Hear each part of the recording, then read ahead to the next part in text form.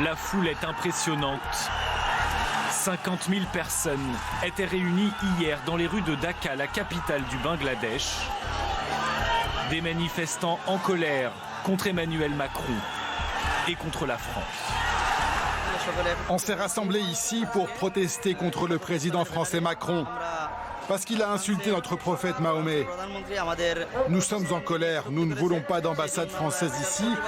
Nous boycotterons tout ce qui vient de France.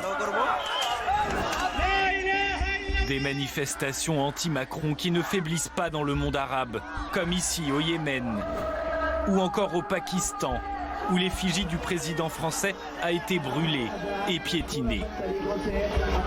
Encore plus sordide, à Jakarta en Indonésie, des manifestants miment l'égorgement d'Emmanuel Macron. Le président français devenu la cible privilégiée des fondamentalistes. Ce week-end, pourtant, il avait tenté d'apaiser ce climat de tension en donnant une interview à la chaîne du monde arabe, Al Jazeera. Il y a eu dans les traductions qui ont été faites par beaucoup de médias dans le monde arabe, que j'ai vu sur les réseaux sociaux, un mensonge. Un mensonge. On m'a fait dire « je soutiens les caricatures humiliant le prophète ».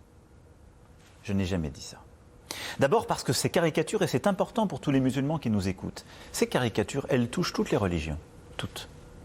Mais il ne m'appartient pas à moi, en tant que président de la République, d'amoindrir ce droit parce que certains sont choqués. C'est ça que je voudrais que vous compreniez. Parce qu'à ce moment-là, j'instaurerai dans mon pays une forme d'ordre moral ou d'ordre religieux. Des explications qui n'ont pour l'heure pas convaincu tout le monde. Seul pays arabe à avoir apporté officiellement son soutien à Emmanuel Macron, les Émirats arabes unis, par la voix de son ministre des Affaires étrangères. En France, les soutiens aussi s'organisent notamment au sein de la communauté musulmane. Cet après-midi, à la Grande Mosquée de Paris, plusieurs fédérations nationales se sont associées pour signer une déclaration commune, condamnant les attaques contre la France et son président. C'est un sentiment d'horreur et de peine quand je vois des drapeaux de la France brûlés ou des portraits du président de la République piétinés. Et nous avons tenu à apporter un témoignage, je dirais, de terrain, un témoignage de l'intérieur en tant que musulmans de France, pour dire que les musulmans de France ne sont pas les Ouïghours de la Chine ou les Rohingyas de la Birmanie, ce ne sont pas les Juifs du XXe siècle. Aujourd'hui, nous vivons pleinement notre spiritualité dans un cadre laïque qui garantit la liberté de conscience, qui garantit la liberté de croire ou de ne pas croire, et qui permet à ceux qui croient de vivre pleinement leur spiritualité dans le cadre, bien sûr, laïque et dans le respect des lois et des valeurs de la République.